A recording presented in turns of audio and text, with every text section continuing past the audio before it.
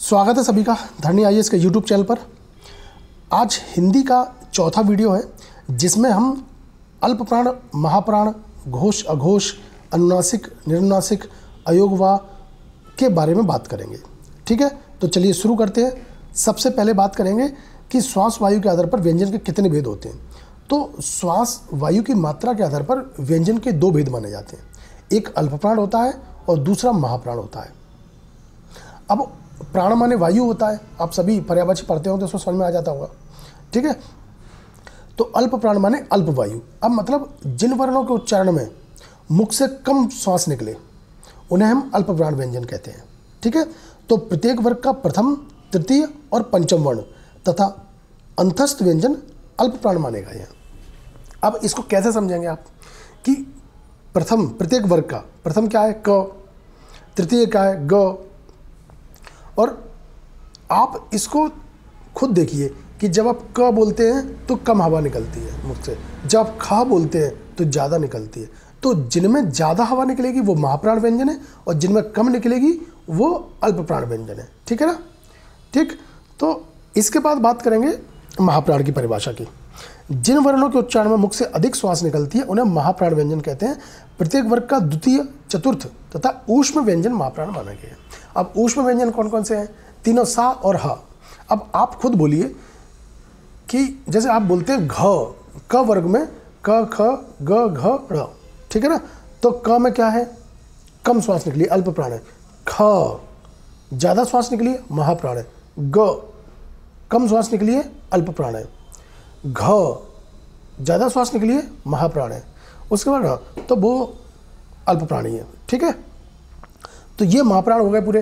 अल्प प्राण और महाप्राण आपको समझ में आ गया होगा। एक सिंपल सी डेफिनेशन है कि जिन व्यंजनों के उच्चारण में कम श्वास निकलती है उन्हें अल्प प्राण, और जिन व्यंजनों के उच्चारण में ज़्यादा श्वास वायु निकलती है उन्हें महाप्राण कहा जाता है। आप बोलकर देखेंगे, आप समझ जाएंगे।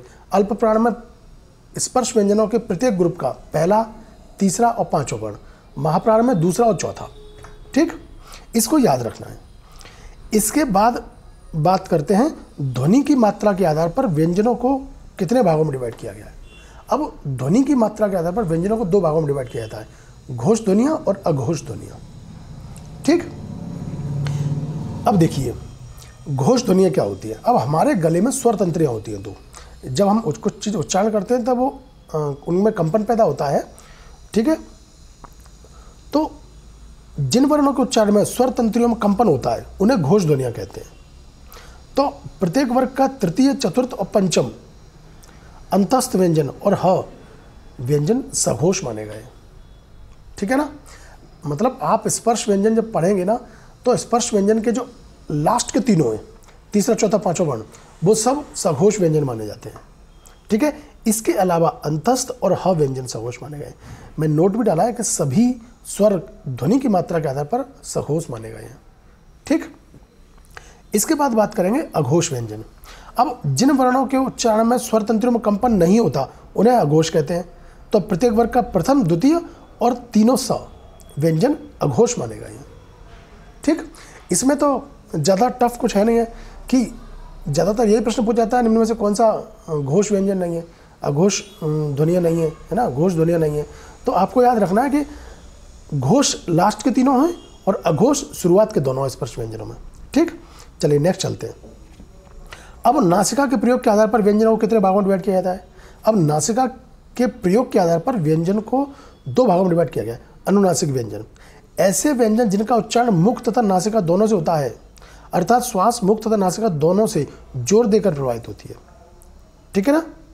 अब स्पर्श व्यंजन के पांचों वर्गों के अंतिम वर्ण अनुनासिक व्यंजन कहलाते हैं। ठीक है ना। ड़ा, वा, ड़ा, न, म। ठीक है कि नहीं, ये सभी अनुनासिक व्यंजन कहलाते हैं। ठीक है, इसके बाद बात करेंगे निरनुनासिक व्यंजन की। अब ऐसे व्यंजन जिनके उच्चारण में नासिका का प्रयोग नहीं होता, अर्थात पूरी श्वास मुख से बाहर निकलती है, उन्हें निरनुनासिक व्यंजन कहते हैं। सारे व्यंजन निरनुनासिक व्यंजन ही है, अनुनासिक व्यंजनों को छोड़ करके। ठीक है, इसमें तो ज़्यादा कुछ टफ नहीं है। ठीक है, आगे चलते हैं।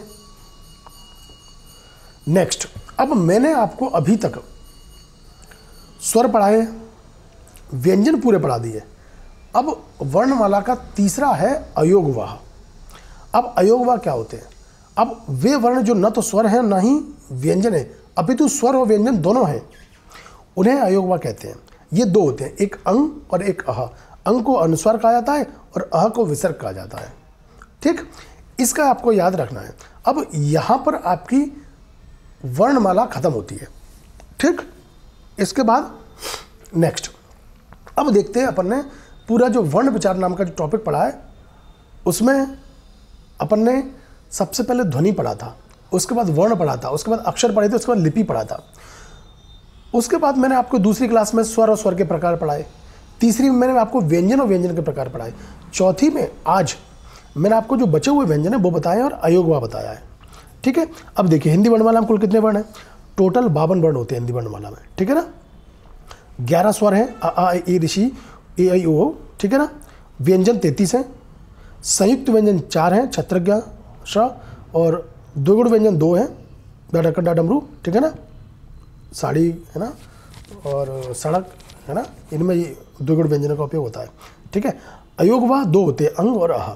अब इस आधार पर आपके 52 वर्ण हो चुके हैं और आपका पहला चैप्टर जो वर्ण विचार है वो खत्म हो गया है। आप इसके स्क्रीनशॉट ले लीजिए और आपको अगर कोई भी दिक्कत है तो आप कमेंट सेक्शन में कमेंट कर सकते हैं, मुझसे पूछ सकते हैं।